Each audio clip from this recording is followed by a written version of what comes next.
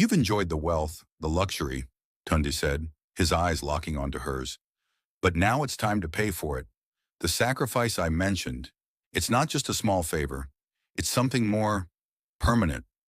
Days turned into weeks, and the eerie occurrences in Amina's life grew more frequent. Objects would move on their own, shadows seemed to shift and crawl along the walls, and every time she looked in the mirror, she saw that twisted reflection staring back at her. The lavish lifestyle that had once thrilled her now felt like a cage, trapping her in a nightmare she couldn't escape. One evening, as Amina sat alone in her penthouse, there was a knock at the door. Her heart skipped a beat, and she hesitated, a sense of foreboding washing over her. But before she could decide whether to answer, the door swung open on its own. Tunde stepped inside, his face grim. He closed the door behind him, the sound echoing ominously in the silence. "Amina, we need to talk," he said, his voice unusually serious. Amina nodded, her throat dry. "What's going on, Tunde? Why is all of this happening to me?"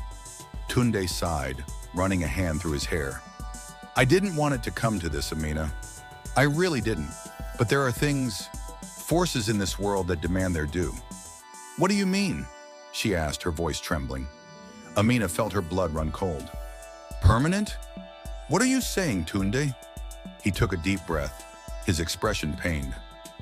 "You must offer something of great value, something that can't be replaced. Only then will you be free from the curse that's been placed on you." Amina's mind raced. She thought of her family, of her dreams, of the life she had always wanted. But she also thought of the darkness that had begun to consume her, the horrors that lurked in every corner of her mind. What do they want?" Tunde hesitated before answering, his voice barely above a whisper. "They want your life, Amina, or the life of someone you love." Amina's world shattered. The air was sucked out of her lungs and she stumbled back, disbelief written across her face. No, I won't do it. I can't." Tunde reached out to her, but she recoiled, shaking her head violently. "There has to be another way," she cried, tears streaming down her face. "There has to be." "There isn't," Tunde said, his voice filled with regret. "This is the price you have to pay. You were warned, Amina. You were told that this life comes with consequences." Amina's knees buckled and she collapsed onto the floor, her sobs echoing through the empty penthouse. The weight of the truth bore down on her, crushing her under its unbearable load. "I can't do it, Tunde," she whispered, her voice broken. "I can't kill someone. I won't." Tunde crouched beside her, his eyes filled with pity. "Then you must be prepared to face the consequences, Amina. The darkness will consume you, and everything you've gained will be stripped away. You'll lose everything." Amina looked up at him, her face streaked with tears. "Is there really no other way?" Tunde hesitated again, his expression conflicted. "There's one way," he said slowly, "but it's dangerous, and there's no guarantee it will work." "What is it?" Amina asked, desperation coloring her voice. "You have to renounce the wealth, the power. You have to give it all up and go back to the life you had before. It won't be easy, and you'll be hunted by those who want you to pay the price. But if you're strong enough, if you can resist, you might survive." Amina's heart ached at the thought of losing everything she had worked so hard to gain. But the alternative, sacrificing an innocent life, was unthinkable. She had no choice. "I'll do it," she said, her voice filled with determination. "I'll give it all up. I'll fight." Tunde nodded, a sad smile on his face. "Then prepare yourself, Amina. The path ahead is dark and full of dangers. But if you're brave, you might just make it out alive." As Amina began to prepare for the battle of her life, she knew that the promise of wealth had led her down a path of unimaginable horror. But she was determined to fight back, to reclaim her soul, and to survive the darkness that threatened to consume her. The final battle was about to begin, and Amina knew that only the strongest would survive. Amina couldn't ignore the signs anymore. The luxury that had once dazzled her now felt suffocating, each sparkling surface reflecting her growing unease. She avoided her own reflection, but even her shadow seemed darker, heavier, as if it carried secrets too unbearable for her to confront.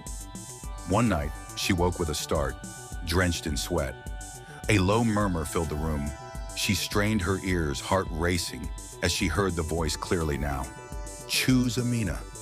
Your life or theirs. No, she screamed, clutching her ears.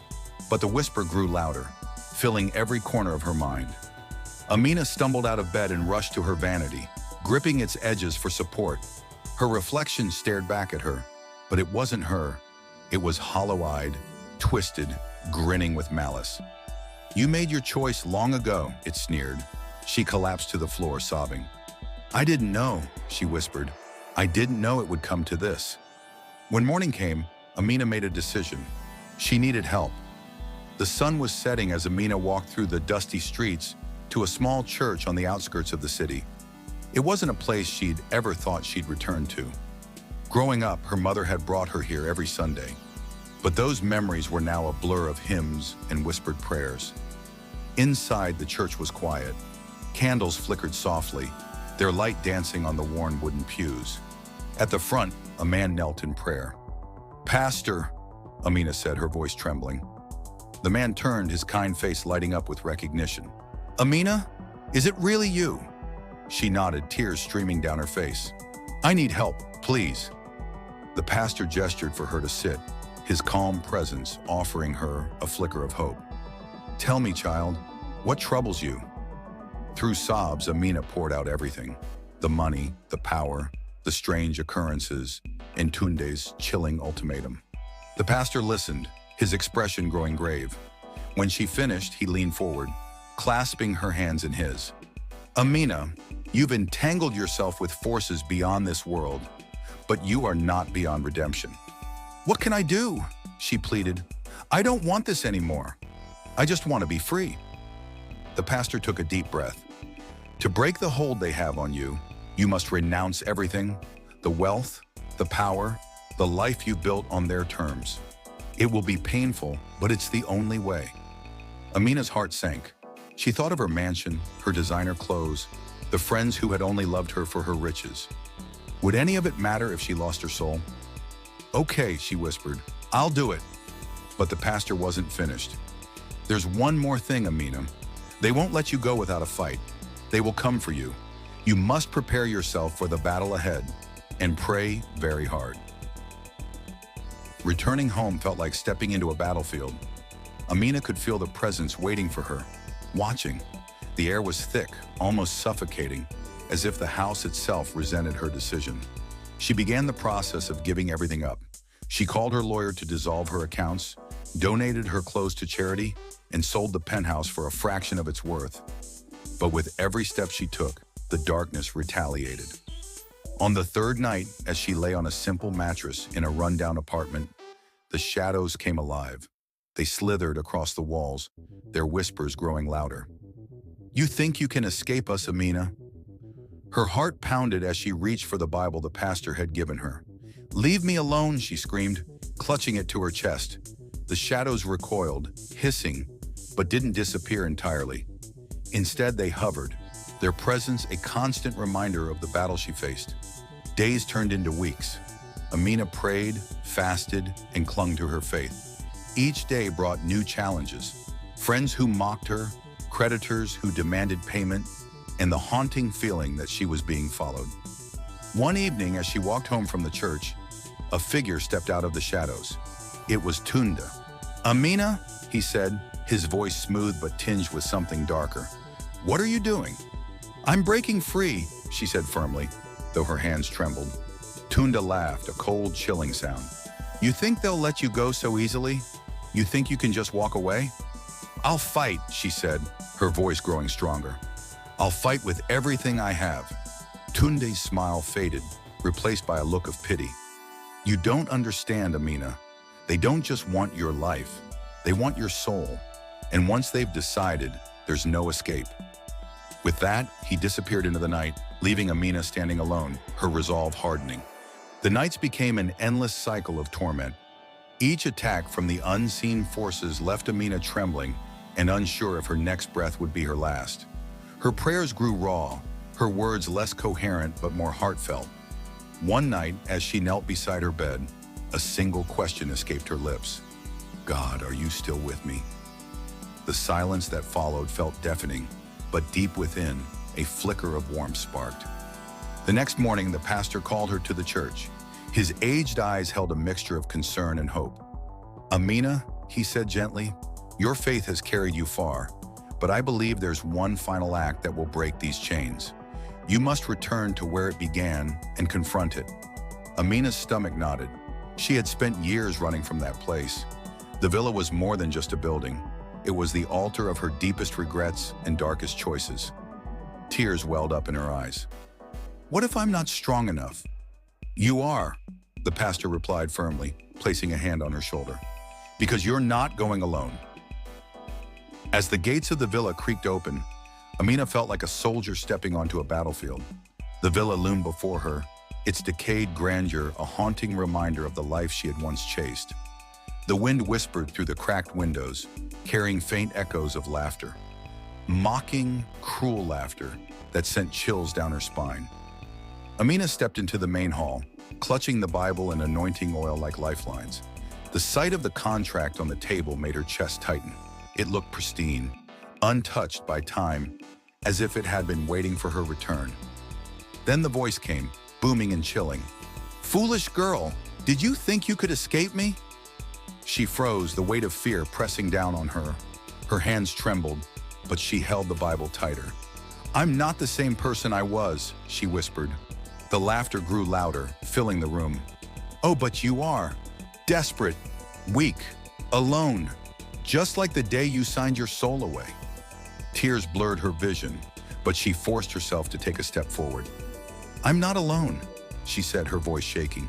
"I was blind then, but now I see. I see your lies, and I reject them." The shadows around her coalesced into monstrous forms, their glowing red eyes fixed on her.